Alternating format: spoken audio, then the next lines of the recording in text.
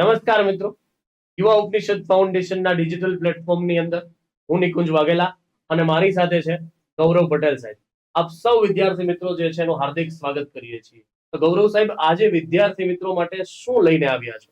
સાહેબ, આપણે એક સ્ટાન્ડર્ડ બુક એનસીજીસી માટેની કઈ ભૌતિક ભૂગોળ.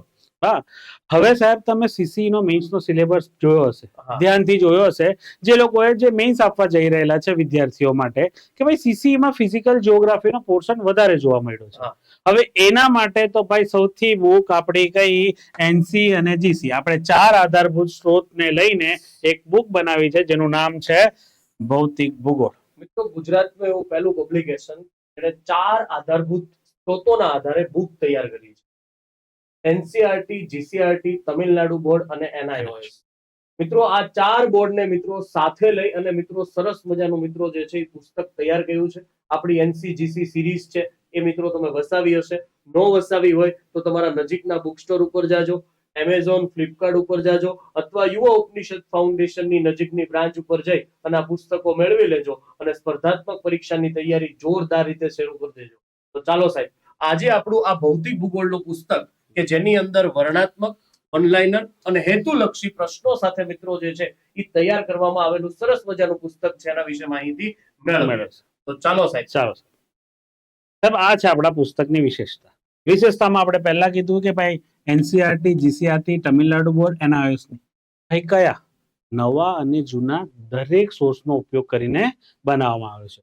કુલ કેટલા ચેપ્ટર છે સાહેબ? આમાં 18 જેટલા ચેપ્ટરનો સમાવેશ કરવામાં આવે. અને સાહેબ, આ પુસ્તક છે રંગીન છે. રંગીન ભૌતિક ભૂગોળની સાહેબ આ ત્રીજી આવૃત્તિ છે. બરાબર, પહેલી બીજી આવી ગઈ અને આ ત્રીજી આવૃત્તિ.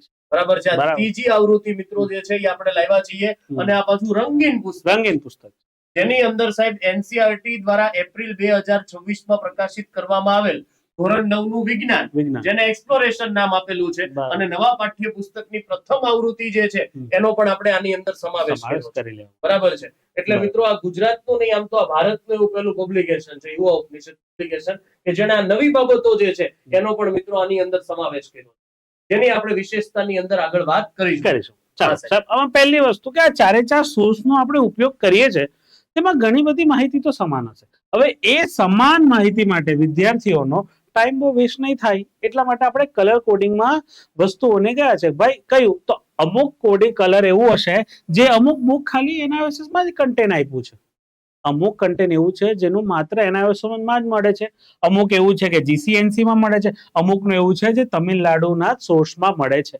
એના માટે આ પુસ્તક માટે આપણે અલગ અલગ કોડમાં કર્યું છે, કલર કર્યું છે. બરાબર, અલગ અલગ કોડિંગ દર્શાવવામાં આવ્યું છે. જેમાં કોમન માહિતી છે એ કાળા કલરમાં છે. જે કોમન માહિતી છે એ પુસ્તકમાં કયા કલરમાં જોવા મળશે? કાળા કલરમાં જોવા મળશે. હવે સાહેબ, બીજી વસ્તુ અહીંયા આવી કે ભાઈ ધોરણ 2024 ધોરણ 6 નો, ધોરણ 7 નો પહેલો અને બીજો ભાગ, ધોરણ 8 નો 2025 અને હાલમાં આવેલો ધોરણ 9 નો ભાગ 1 2026 નો, તેમ છતાં જીસી નો ધોરણ 6 નો 2026 નો. વિજ્ઞાનમાં પણ ફિઝિકલ જીઓગ્રાફીનો અમુક પોર્શન જોવા મળે છે અને જે બુક આપણે સાહેબે કીધું એમ ક્યુરિયોસિટી અને એક્સપ્લોરેશન તરીકે અહીં દર્શાવવામાં આવેલ છે. એટલે નવા જેટલા પણ સોર્સ છે ને એનો ઉપયોગ અહીં કરી લેવામાં આવેલો છે. એનસીઆરટી અને જીસીઆરટી દ્વારા જે પણ એસએસ અને વિજ્ઞાનના નવા પુસ્તકો બહાર પાડવામાં આવ્યા એ બધું એમાં મૂકી દીધું છે. તમારે ચિંતા નહીં કરો મિત્રો. આ પુસ્તક સીસી ગ્રુપ એ બી, પોલીસ કોન્સ્ટેબલ, પીએસઆઈ ની પરીક્ષાના નવા અભ્યાસક્રમ પ્રમાણે તમામ પ્રકરણો જે છે એનું આપણે પુનઃ લેખન કરેલું છે. કારણ કે સીસી ગ્રુપ એ બી ની અંદર મિત્રો તમને બધાને ખબર છે, પ્રિલિમ્સ ની અંદર પણ હવે મિત્રો જે છે એ તમને બધાને ખબર છે કે જીએસ નો પોર્શન ઉમેરેલો છે, તો એ પણ આની અંદર સમાવેશ કરેલ છે. પુસ્તકમાં 2023-24 ની નવી એનસીઆરટી, 2018-19 પહેલાની જૂની એનસીઆરટી બંનેના સંદર્ભનો સમાવેશ. આ ઉપરાંત સરકાર દ્વારા કોવિડ-19 પછી સિલેબસમાં જે રેશનલાઇઝ કરેલ પ્રકરણ છે અથવા મુદ્દાઓ આવરી લેવામાં આવેલા છે એનો સંદર્ભ એનસીઆરટી 2018-19 ની આવૃત્તિમાંથી લેવામાં આવેલ છે. ધોરણ 6 થી 12 ના પાઠ્યપુસ્તકોમાંથી જરૂરી વિશેષ માહિતીઓ જે છે એનો સમાવેશ પણ આપણા પુસ્તકમાં કરેલો છે. મિત્રો, સ્વ અધ્યયન માટે 310 થી વધુ વન લાઇનર, 485 થી વધુ અગાઉની પરીક્ષામાં પૂછાયેલા પ્રશ્નો, 270 થી વધારે મિત્રો મહાવરાના હેતુલક્ષી પ્રશ્નો છે એનો સમાવેશ કરતું આ પુસ્તક છે. મતલબ આમાં તમને મિત્રો ડિસ્ક્રિપ્ટિવ પણ મળી રહેશે, વન લાઇનર પણ મળી રહેશે અને એમસીક્યુ પણ મળી રહેશે એવું આ એકમાત્ર પુસ્તક એટલે ભૌતિક ભૂગોળનું યુવા ઉપનિષદ પબ્લિકેશનનું પુસ્તક. મિત્રો મેમરી ટેકનિક અને માઇન્ડ ગ્રાસ્પિંગ પ્રોસેસના આધારે 245 થી વધુ ટેબલ, ચાર્ટ, આકૃતિઓ દ્વારા મિત્રો સરળ સમજૂતી સાથે મિત્રો આ પુસ્તક છે એ મિત્રો આપણે બનાવવામાં આવેલું છે. આ પુસ્તક તમે મેળવી શકશો ડેમો કોપી પીડીએફ જે યુવા ઉપનિષદ ફાઉન્ડેશનની ટેલિગ્રામ ચેનલ છે એની અંદરથી મિત્રો તમે જે છે પીડીએફ મેળવી ડેમો કોપી જોઈ અને ત્યારબાદ મિત્રો આ પુસ્તકને તમે મગાવી શકો છો. અને તમારે મગાવવું જ પડશે. કેમ ખબર છે? કારણ કે સિલેબસના આધારે મિત્રો તૈયાર થયેલું સરસ મજાનું પુસ્તક છે ને એ આ ભૌતિક ભૂગોળનું પુસ્તક છે.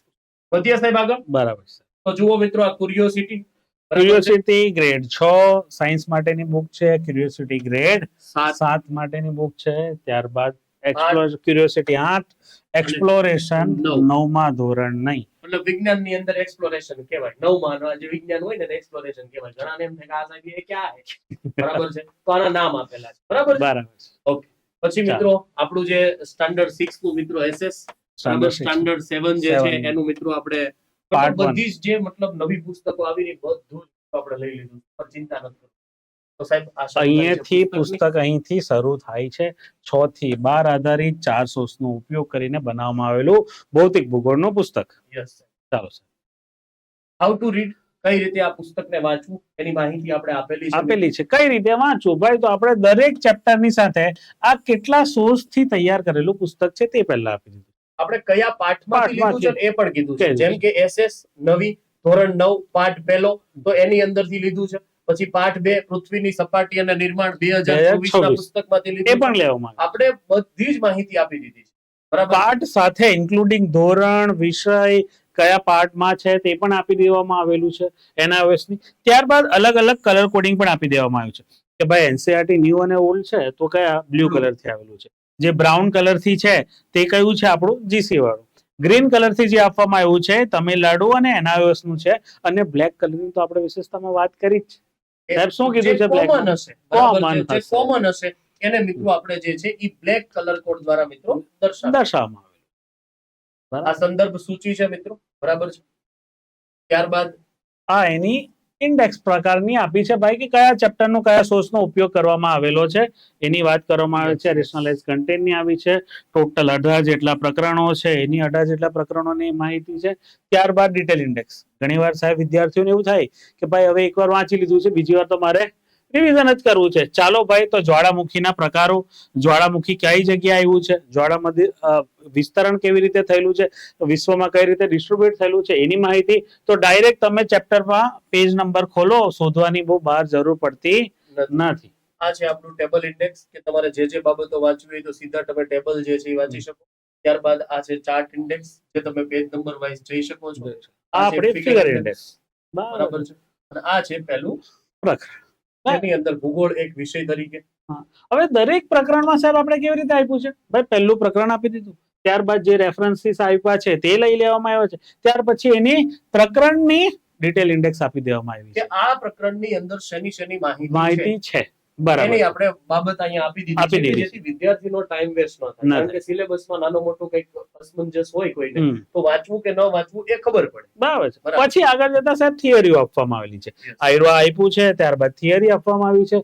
જ્યાં જરૂર પડે ત્યાં સાહેબ ફિગરો પણ ભરીને આપવામાં આવેલા છે. વિશેષ માહિતી પણ આપી છે જે કરંટ અફેરની માહિતી પણ આપવામાં આવી છે. સાહેબ આપણે આ પુસ્તકની અંદર મિત્રો વ્યવસ્થિત રીતે આપી દીધી છે. બરાબર છે. જો તમે 2018-19 જે રેશનલાઇઝ થયો છે સિલેબસ તેની પણ આપણે માહિતી છે. આ સરસ મજાની મિત્રો જે છે ફિગર ઇન્ડેક્સ છે. બરાબર, ફિગર આપવામાં આવે છે. જ્યાં જરૂર પડે ત્યાં ટેબલ આપ્યા. હવે ચેપ્ટર જ્યાં પૂરું થશે ત્યાં વન લાઇનર પ્રશ્નો આવે.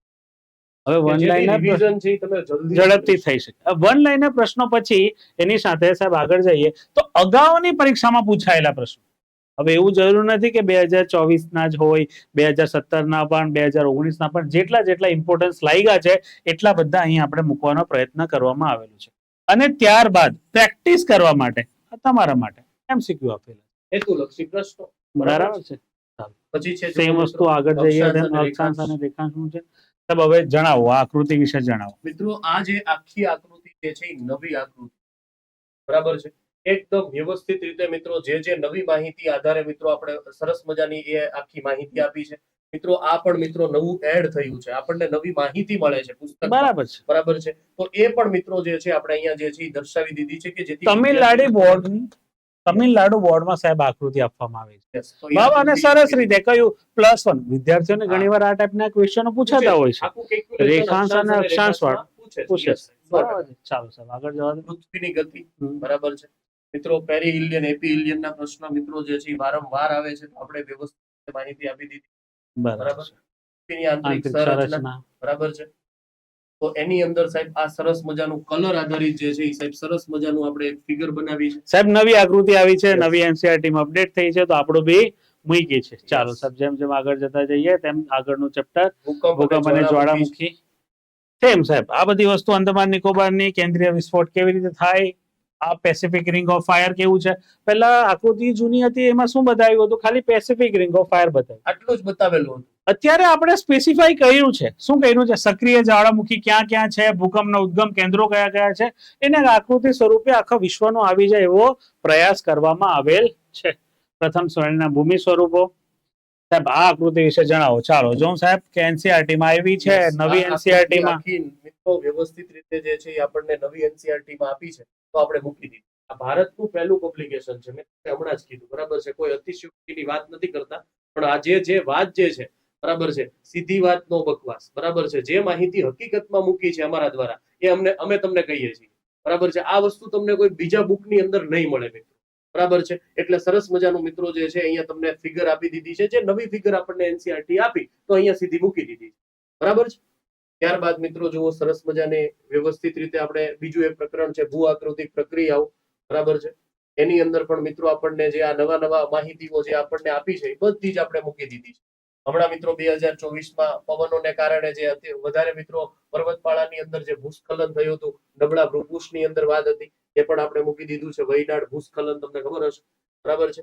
દ્વિતીય અને તૃતીય શ્રેણીના ભૂમિ સ્વરૂપો વિશે માહિતી આપી છે મિત્રો. આ પણ મિત્રો જે છે આપણે નવી બનાવી છે, આખી જ વ્યવસ્થિત. આપણે નથી બનાવી, આપણને એનસીઈઆરટી આપી.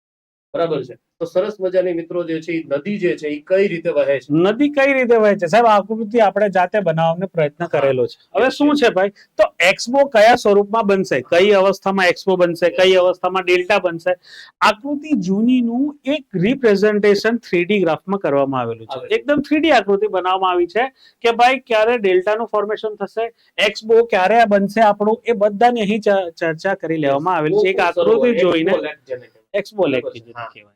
ઘણા સાહેબ ગુજરાતી વાળા હોય. અરે ના સાહેબ, તમે એટલા માટે તો તમે છો સાહેબ. ચાલો, આ પણ સેમ વસ્તુ આકૃતિ એક અલગ રિપ્રેઝન્ટેશન કરવામાં આવ્યું છે. હિમ નદી જે છે વહે છે અને જ્યાં અંત પામે છે કેવા કેવા આકારો બનાવે. બરાબર છે. એની આપણે અહીંયા વાત કરેલી છે. ત્યારબાદ મિત્રો ટેરા રોસા, તમને ખબર હશે, આ લાલ માટી તમિલનાડુની અંદરથી આપણને માહિતી મળે છે. ખડક ખનીજ અને જમીનનું આપણું સરસ મજાનું પ્રકરણ છે કે જેની અંદર આખું ખડક ચક્ર જે છે એ કઈ રીતે રૂપાંતરિત ખડક બને, જ્યાં જરૂર પડે ત્યાં ટેબલની પણ ટેબલ સ્વરૂપે પણ માહિતી આપવામાં આવી છે. આ એક્ઝામની અંદર બહુ પ્રશ્ન પૂછે. ઘણા વિદ્યાર્થીઓને નથી ખબર અગ્નિકૃત અસ્તર કઈ રીતે અને રૂપાંતરિત ખડક કઈ રીતે બને, ભેગું થઈ જાય. તો આપણે મિત્રો આકૃતિ આપીને એની નીચે ટેબલની અંદર જે છે આખું તફાવત સ્વરૂપે, જેથી વિદ્યાર્થીને ખબર પડે. ત્યારબાદ વાતાવરણ અને સંગઠન કે જેની અંદર મિત્રો આપણે એનસીઈઆરટી મુજબ 1600 સુધી વાતાવરણ જોવા મળે છે. આપણે નોંધ અહીંયા મારી છે. બરાબર છે. ત્યારબાદ મિત્રો હવામાન, અરોરા આપણે, બરાબર, જેને મેરુજ્યોત તરીકે ઓળખવામાં આવે. ઉત્તર ગોળાર્ધમાં અલગ નામ છે, દક્ષિણ ગોળાર્ધમાં અલગ નામ છે, દેખાય છે અલગ અલગ રીતે. તો એની પણ આપણે અહીંયા માહિતી આપી છે. ત્યારબાદ વાતાવરણીય દાબ અને પવન, બરાબર છે, હવાનું દબાણ કઈ રીતે લાગે, ક્ષિતિજ વિતરણ કઈ રીતે થાય, આ કઈ રીતે મિત્રો જે છે મિલીબાર ઉત્તર ગોળાર્ધમાં કઈ રીતે, અને વાયુદાબ કઈ રીતે જે છે ચાલે, એની વાત કરી છે. પછી મિત્રો અલગ અલગ નામ છે સ્થાનિક પવનોના. બરાબર છે. જે તમને મિત્રો ધોરણ 7 ની અંદર જોવા મળે, ધોરણ 8 માં પણ જોવા મળે, એનસીઈઆરટી માં પણ જોવા મળે. તો અલગ અલગ વિસ્તારમાં મિત્રો જે છે નામ છે. કોરા છે, ફોયન છે, સિરેક્કો છે, હર્મટન છે, ચિનુક છે. આ બધા જ મિત્રો જે છે આપણે સરસ મજાના વિસ્તાર પ્રમાણે તમને મેપ જે છે એ આપી દીધો છે. ત્યારબાદ વાતાવરણીય ભેજ છે. બરાબર છે. ઉષ્ણતા નયન વરસાદ કઈ રીતે પડે છે, ઝરમર વરસાદ કોને કહેવાય, વરસાદના પ્રકારો છે, જલાવરણ હાઇડ્રોસ્ફિયર જેને આપણે કહેવાય, પાણીનું વિતરણ, અને ત્યારબાદ છે વિશ્વ ભૂગોળ. વિશ્વ ભૂગોળ બરાબર છે, બરાબર જેની છે. અંદર અલગ અલગ ખંડો જે છે, બરાબર છે, દરેક આપણા ખંડો છે એની માહિતી છે આપણે સરસ મજાની આપી છે. બરોબર છે. ને આ છેલ્લું આ ચેપ્ટર છે વિશ્વ આબોહવા. એક જ 11મા નંબરનું ચેપ્ટર છે ધોરણ 11 ની એનસીઈઆરટી માં કોપેનનું વર્ગીકરણ. Yes. અને કોપેનના વર્ગીકરણ મુજબ જે આ ટાઈપના વિશ્વના આબોહવાના પ્રકાર પાડવામાં આવ્યા છે એનું વર્ગીકરણ જણાવવામાં આવેલું છે. તો આ આપણું હતું ભૂગોળનું સરસ પુસ્તક. બરાબર છે. આ પુસ્તકને વસાવી લેજો અને સરસ મજાની સ્પર્ધાત્મક પરીક્ષાની તૈયારી કરતા રહેજો. આ છે યુવા ઉપનિષદ પબ્લિકેશન છે એનો ખજાનો. એની અંદર રોજ નવી નવી કલગીઓ જે છે ઉમેરાતી જાય છે અને ઘણા બધા પુસ્તકો જે છે હજી આવવાના છે. ચિંતા કરતા નહીં, બસ તમે તૈયારી કરો જોરદાર રીતે. તો મિત્રો આજે આપણે અહીંયા સુધી રાખીએ. Thank you so much. આ વિડીયોને વધુમાં વધુ લાઈક કરજો, શેર કરજો, તમારા મિત્રો સુધી પહોંચાડજો. બીજું સાહેબ તમારે કઈ કેવું? જય હિન્દ, જય ભારત. ઓકે, આવજો મિત્રો.